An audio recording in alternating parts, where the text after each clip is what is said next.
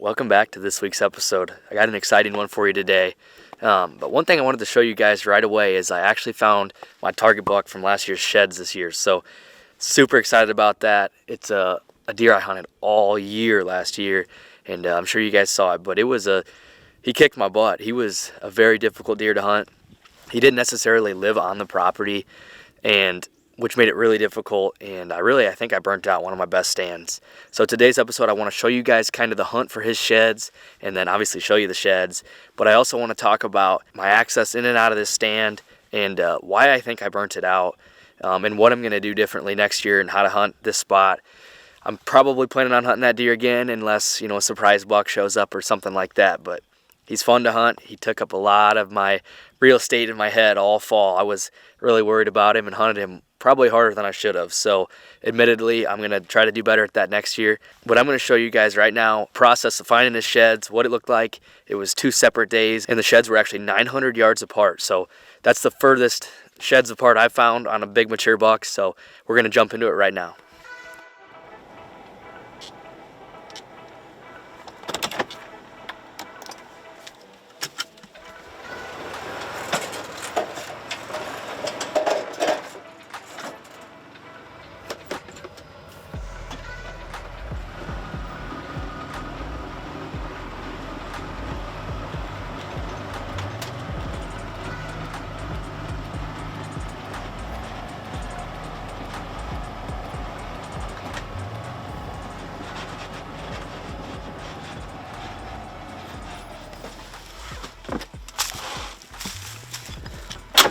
Guys, I was just driving, and I think I found the flyer buck sheds. My heart is racing. I think it's one of them for sure. It's just not the one we're after.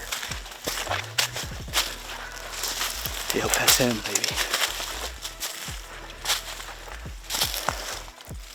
That is definitely him.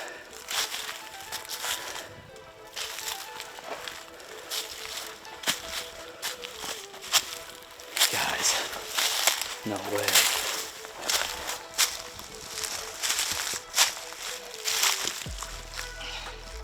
I can't believe that, man. Just driving by the trail side by side. It's right there. This deer's whooped my tail all season, and I finally get to put my hands on him.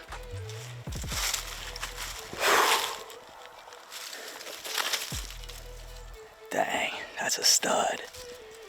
Dang, that's awesome. That is awesome.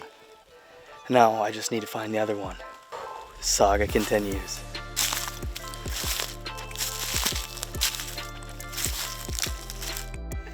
Dude.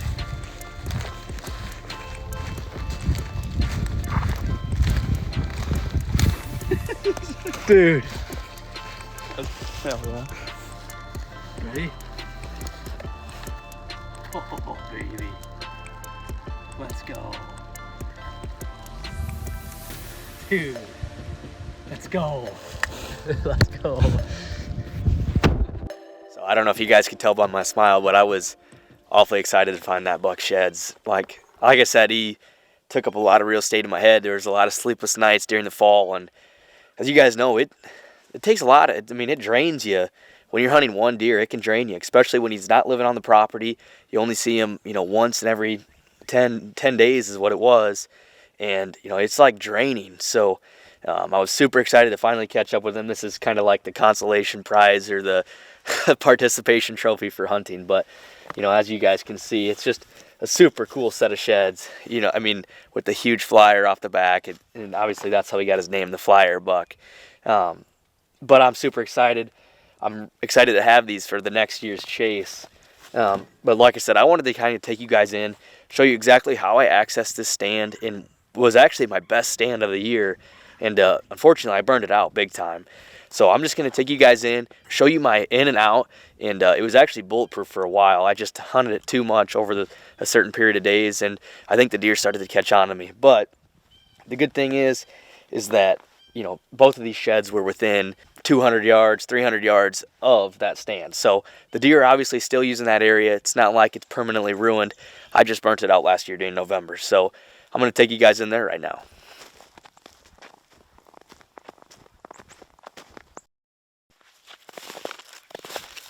So first of all, there's a couple reasons that this stand is good.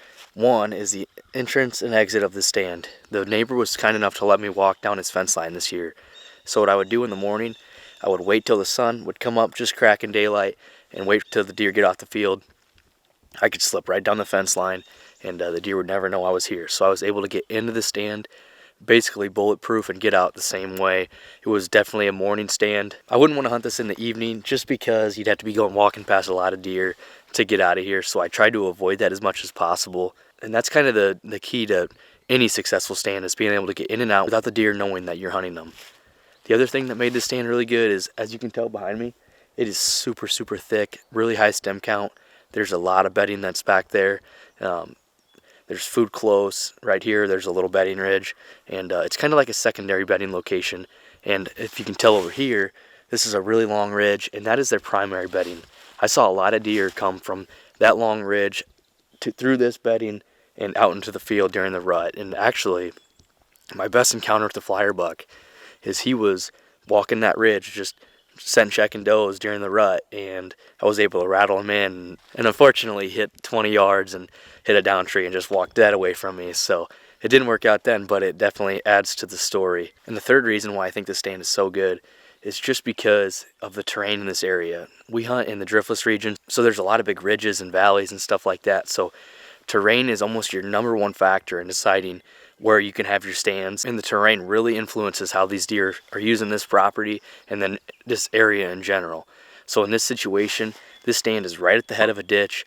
These deer are coming up this bedding ridge, crossing at the head of the ditch, going into another bedding ridge. There's food close. It's got all the pieces to be successful, and unfortunately it would have been. I just couldn't capitalize this fall. I should have, done some things differently, but that goes with every season. It was still fun to hunt the spot. I really think that I burned it out, though, unfortunately.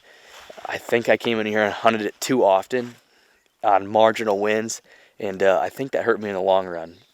I had a camera 25 yards away from here, and I was getting a ton of deer on camera, and unfortunately, as the season progressed, obviously there was less and less deer on camera, which made me think that I'm pressuring the spot too much, and admittedly, I probably did. Like I said, it's just got so many good things going for it. It's a perfect spot, and I just couldn't resist. But next year, I'll be able to hunt a lot smarter, and hopefully I'll have another deer or two to target as well, rather than just one mature buck, which I had this year. So that'll help alleviate a lot of the pressure from this stand, because if this is a spot where you have 2 or 3 really good mornings during the rut, if you could pick 1 or 2 out of the 3 mornings that each year provides, come in here, slip in, I think you're going to be primed for a successful hunt. And if nothing else, you'll definitely see mature bucks cruising up and down these ridges. So I hope that makes sense for you guys and why I chose this spot and why I think I burnt it out. Let me know in the comments if you think I burned it out. Obviously, like I said, both of those sheds were really close to the stand. So he's still using this area. I think he beds 300-400 yards to the north. So I'm not too worried about it messing up that specific deer. But in the future, when I have hopefully another deer to hunt in here, I'll be able to hunt this a lot smarter. And, I think it's going to be a lot more successful in the future. I appreciate you guys joining me. The next couple videos I'm going to do, we got turkey season coming right up. And planning on going to Nebraska and trying to shoot some Merriams out there. And then I got a few other states in mind as well. So that's going to be kind of my content moving forward. I appreciate you guys watching, and I'll see you guys later.